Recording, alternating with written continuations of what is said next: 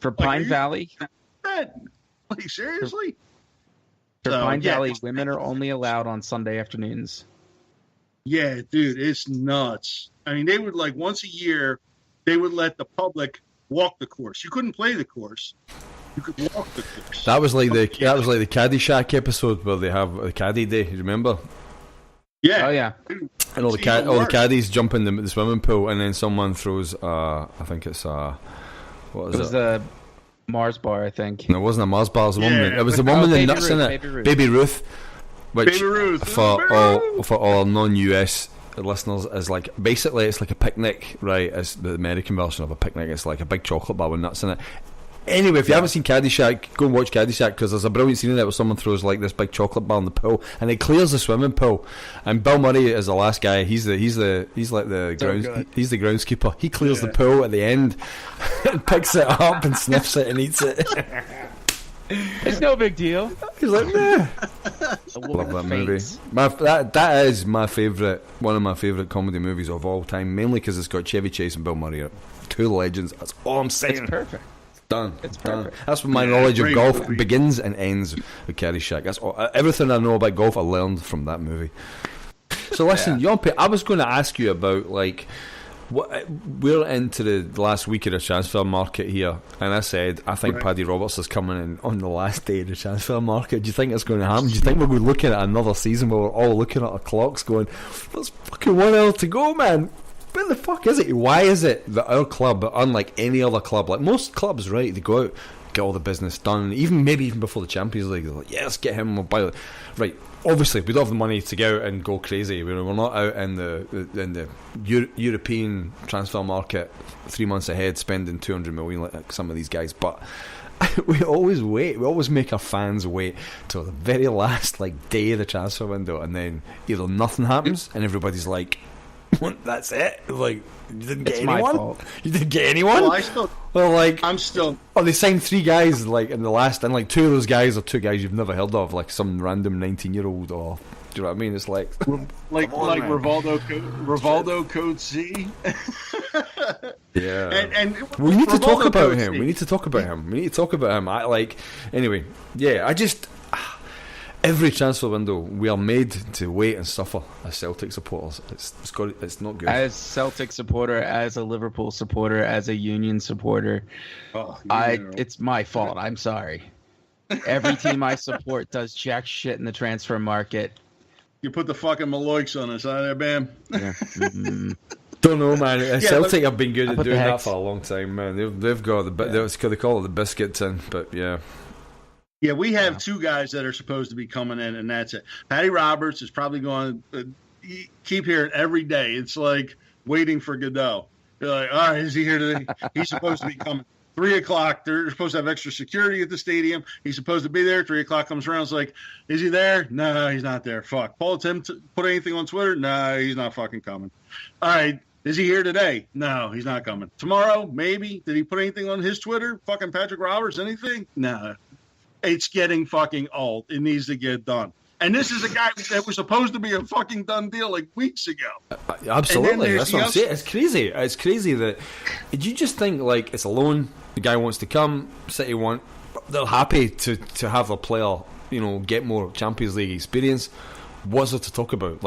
What is it? It just shows you how little we know as supporters. We're always outside looking in, and the deals that are done, the agents that are involved, the third parties, whatever, the legal work that goes around it, and the timing. It seems to be very I don't know. It's so protracted is the word. Yeah, protracted. It's just so drawn out sometimes, and other times players just arrive. I mean, look at the midfielder that we got from Man City, who was out on loan in Genoa, Ensham.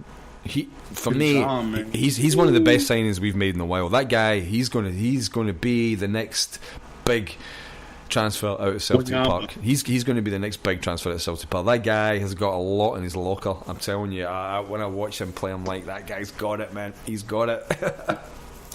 and but here's my problem with that. Okay.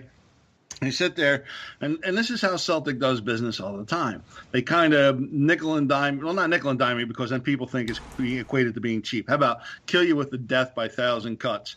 They get a guy in, It takes about like 2 weeks. Then they get another guy in, and that takes about 2 weeks. And maybe they get one young guy. Maybe you heard of him, maybe you haven't. He's like Coach C from South Africa. He's coming in for 850,000 pounds. Like who even fucking heard of deals like under $1 million anymore? You hear 850,000 pounds, you think it was like you just got him like Dembele. Look at Dembele. How much did he pay for Dembele? Something. I mean, it's like 850,000 pounds. Are we serious here? Yeah, well, look at. Dembele was 500,000. Was he not? How much was Dembele? He was like 500 or something. But that's how they hit you, and it's like. Yeah, in a year, like in 6 months or so, you're like, oh, man, what a steal that was. But at the time, you're like, man, Jesus, we signed like 4 guys for a total of like 9 million pounds. And it was just like, I always had a little bit of a feeling of being underwhelmed a little bit. And all the deals take for fucking ever, man. It's like, Coach C's been talked about for 2 weeks. And they're like, well, he's going to be coming for a medical. It's like, yeah, boy, it was 2 weeks ago I heard about this guy. But their club made that official. Ajax Cape Town, their website, they're like, they announced it already. Like, it's official, and it's like, because I put it out on Twitter, I was like, welcome, because I saw it official from their club's website. Like, their club announced it a week ago. Celtics like, whoa. Yeah, I know.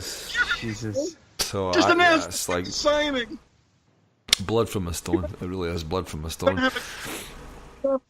I'm making 850,000 pounds covering Neymar. Like, just fucking sign him already, please. So we're going into the Champions League with a centre back line of what, Yahmpy? Who is your preferred lineup for now? Look, we've got Boyata. Let's talk about Boyata. I've been thinking about Boyata for a while now. He's a guy who the season before. I told you he's the key, dude. He is the fucking keys to the kingdom, dude.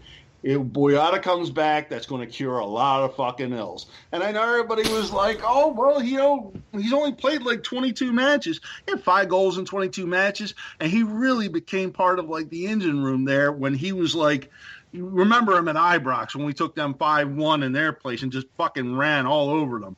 And he got a goal in there, and he fucking was controlling the whole game. And it's like, Boyata is a good centre-back option. That comment was used. Really good centre-back option. When your choice is Boyata he's a good... No, he's not really good. He's a good centre-back option. Bitton is not a good centre-back option. Bitton is a makeshift centre-back. Now, we've had a few weeks now of everybody discussing this, and I said at the beginning, I don't even want to use his name in terms of a centre. Neil Bitton is an average footballer. He does an okay job. He's half decent in midfield against average to poor teams. You don't want him in your centre back lineup. Boyata, you would take him in your centre back lineup. I still think Celtic need another centre back if we're going to do really well in the Champions League. If we get any ambition of going further, put someone in beside Yozo, because Boyata is coming back from he's been out for quite a while.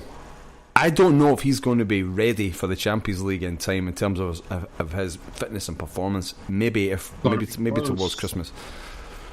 The only guy who I think that I know that isn't going to make it in time for Champions League is Kundai Benyu, because he definitely had an ankle operation. He had something similar to what Tom had, and he's not going to be ready till at least mid-October is the word that had been in the papers and stuff.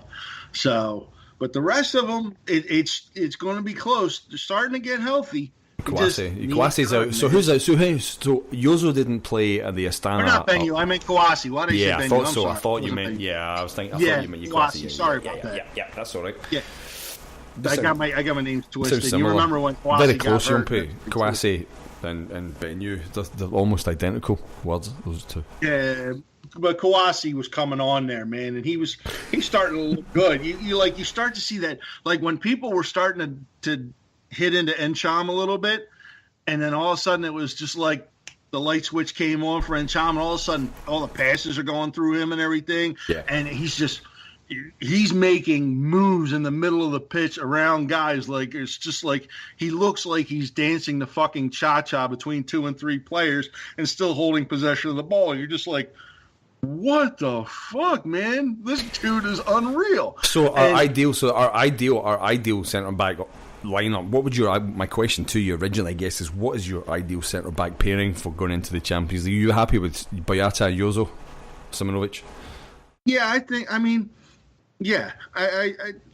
it's not bad. I'd definitely be happy with that.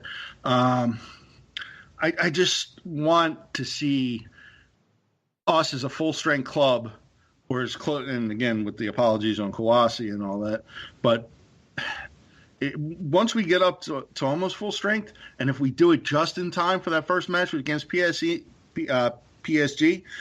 it's going to be we can go to war with them, man. And I just hope that we get not a 75 to 80% Boyata. I hope that he's 100% and ready to rock and roll. So. Yeah. And that's my only concern. I think we can put up a fight, man. That was my only concern. Now, again, it leads into one of my questions I have for Kyle and for both of you guys. You guys can talk on this because I'm going to nip out and nip back. My back teeth are floating. But I wondered, with the Champions League about to begin, what's going to be the view in the States and in the US to seeing a team like Celtic in the Champions League again? Because we've just come back to the Champions League after an absence. You know, we know that soccer is getting more popular in the US. It's building a strong fan base. You know, with games like the console games that come out, all the kids play FIFA. It's popular, you know, in the West Coast. It's popular. You got teams on the East Coast, and I don't know what happens in the States between, but. What kind of reception do you think? What are people going to make of Celtic? What's the perception in the US? Are people going to look at that and go, "Who are these guys?" And what's going? Because they're going to see the stadium, they're going to see that crazy atmosphere. I mean, it can only be a good thing for their appeal overseas. So it's just, for me, again, as I said earlier, it's so interesting getting the viewpoint from you guys in the US. What do you think is going to be the effect of a team like Celtic in the Champions League? Are people going to be like, "Nah, EPL is still a better league to follow. I want to follow a team that plays in a poor league," or is it going to be, "Wow, that's an amazing atmosphere. What an amazing story." Is that important? Or Bam, why don't you start it off? You can. I'll let you guys go on that, and I'll come back. Okay. All right, bro. Okay. Yeah, I definitely think that watching, especially home matches with Celtic, being that the group is as stacked as it is with the multi-billion-dollar squads or multi-million-dollar squads, people are going to, I guess, watch initially to see the Neymars, to see the Vidals, the Müllers of the world. And then, I mean, it's like how I fell in love with the club based on, you know, watching the games with you, Scotty, and also just seeing and, you know, the support. I think that people really do have an appreciation over here for that atmosphere. To see, you know, 50,000, 60,000 people all turning around and hugging each other, doing the huddle, you know, seeing the amazing displays of Tifo and placard and all of that stuff. I mean, people here appreciate that, especially the soccer fans that are already here. So I think. Go ahead, babe. I'm sorry. No, I was going to say, but I think that is what, especially people are going to tune into the home matches because they really want to see.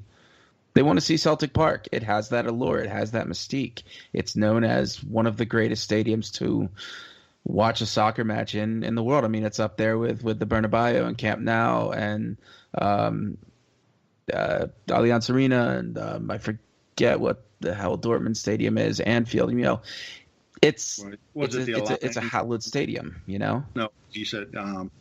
But yeah, I'll continue with that, man. And it's like, yeah, people here, when they see that environment, they love that kind of. In the States, they love that kind of ultra environment. If we're talking about not the all-in dedicated fucking 100% bleeding the club kind of thing, you're talking about the more neutral fan or something. They love that ultra environment. They love seeing the crowd interactive with the match. It's to hear the songs and people singing and standing the whole match and being loud and emotionally 100% invested in it. They love that. But that only has a bit of a shelf life, because if that is crazy as those fans can be and as crazy as the atmosphere can be and the whole thing that is epitomizes and defines big time football in Europe.